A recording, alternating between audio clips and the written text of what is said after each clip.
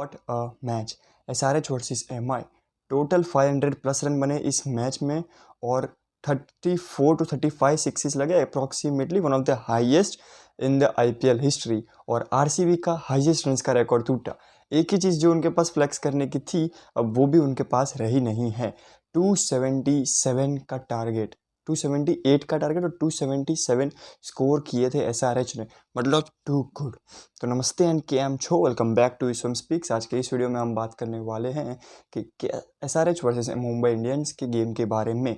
और 277 का target, Klaasen 80, 63 Abhishek, 62 Travis Head and 42 Markram. क्या ही गेम था, one of the best game in the nights. इतने सिक्सेस लगे कि एक पॉइंट पर तो अंपायर ने बोला कि मैं हाथ ऊपर कर लेता हूँ, तुमको जो खेलना हो खेलो। हर एक बॉल पर ओवर में ऐसा लग रहा था कि एक या दो सिक्सेस पड़ ही रहे हैं। लेकिन अभी हम कुछ बात करेंगे कि कौन से ऐसे पॉइंट्स थे जिसके कारण ये मुंबई इंडियंस को ये डिफीट करनी पड़ी। तो सबसे पहले हम बात करेंगे कि टॉस जीतकर उनके बॉलिंग ली थी और लुक वुड को रिप्लेस करके प्रोनाउंस हिज नेम, उसको सिलेक्ट किया था। और मुझे लगता है कि यहाँ पे एक लुक वुड को चांस देना चाहिए था, क्योंकि न्यू कमर को बहुत ही गंदा वाला पेल दिया था। सेकंड में ये करना चाहूँगा कि एकदम क्लूलेस कैप्टनसी लगी हार्दिक पांड्या की।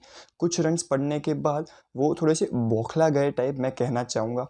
और थर्ड जो एक पॉइंट वो हो सकता है कि बुमराह को काफ़ी देर तक होल्ड करा के रखा। पावर प्ले में एक ओवर देने के बाद 11वें ओवर तक बुमराह को एक भी ओवर नहीं दी थी और तब तक मुझे लगता था कि गेम काफ़ी हद तक आगे बढ़ चुका था। 11वें ओवर में करीब 160 समथिंग कुछ रन थे। पता नहीं उन्होंने 3 ओवर कहाँ के बचा के रखी थी। और विकेट गिरने के बाद बुमराह को एक ओवर दे देनी चाहिए थी एक और विकेट की तलाश में, और मुझे लगता है वहाँ पर वो पीछे रह चुके थे। पावर प्ले में ही फाड़ के रख दी थी SRH ने, 81 रन बना दिए थे पावर प्ले में। उसके बाद भी अटैक जारी ही था और अभिषेक शर्मा ने एक ही ओवर में, पीयूष चावला की ओवर में 24 रन्स बना के वो भी लप्पे मार ही रहे थे। लेकिन उसके जाने के बाद भी मोमेंटम कम नहीं हुआ। फिर आए थे क्लासन, जिनको चौके मारने आते ही नहीं है, बस छक्के। और मार्करम ने भी बहुत ही बढ़िया सपोर्ट किया और देखते ही देखते उनके करीब 14th ओवर में ही 200 रन बन चुके थे। और 20th ओवर आते आते लप्पे मार कर 277। और बस एक चीज़ मेरे को अच्छी लगी मुंबई की बॉलिंग में, वो थी जसप्रीत बुमराह। वो कोयले की खदान में हीरा है, हीरा। जसप्रीत बुमराह ने सिर्फ 9 की इकोनॉमी से रन दिए थे। एकदम क्लूलेस कैप्टनसी दिखी, लेकिन ज़्यादा कुछ बॉलर्स कर भी नहीं सकते थे। लेकिन अगर कुछ चांसेस ले लिए होते हार्दिक पांड्या ने तो स्कोर थोड़ा सा और कम रह सकता था। अगर अभी हम बात करें मुंबई इंडियंस की, उनको भी एक बहुत ही बढ़िया स्टार्ट मिल चुका था। ईशान किशन और रोहित शर्मा ने 50 की पार्टनरशिप कर ली थी मात्र 3 ओवर में।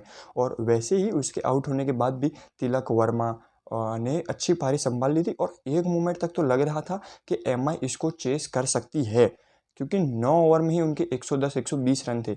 8-9 ओवर में उनके करीब रिक्वायर्ड रन रेट से ज़्यादा उनकी आस्किंग रन रेट से ज़्यादा उनकी करंट रन रेट थी। 10 ओवर के करीब उनके 140 समथिंग रन्स थे। तो लग रहा था कि आराम से चेस कर पाएंगे। लेकिन जैसे जैसे गेम आगे बढ़ता रहा और तिलक वर्मा की विकेट एक टर्निंग पॉइंट थी गेम के लिए। और फिर जब हार्दिक पांड्या आते हैं तब उनसे करीब 20 बॉल्स में 50 की एक्सपेक्टेशंस थी और उन्होंने मात्र 20 बॉल्स में 24 रन स्कोर किए। तो इसमें पता नहीं चल रहा कि कौन किससे बदला ले रहा है। मुंबई इंडियंस की टीम हार्दिक पांड्या से बदला ले रही है, हार्दिक पांड्या मुंबई इंडियंस की टीम से बदला ले रहे हैं। और बहुत ही डिसअपॉइंटिंग नॉक रहा। और एक ये पॉइंट भी था कि मुंबई इंडियंस के हारने का, टीम डेविड को मैंने करीब 2 से 3 साल से खेल रहे हैं, अच्छी बॉल पर कभी भी 6 मारते नहीं देखा। वो पता नहीं क्यों हर बॉल को स्लॉट में या तो फिर फुल टॉसेस मांगते रहते हैं।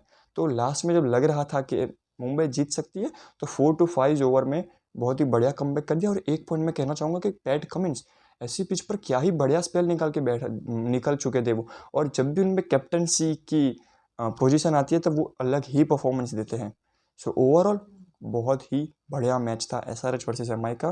That's all from my side. मिलते हैं नेक्स्ट वीडियो में, तब तक के लिए वीडियो को लाइक कीजिए, चैनल को सब्सक्राइब कीजिए and thank you for watching. Take care.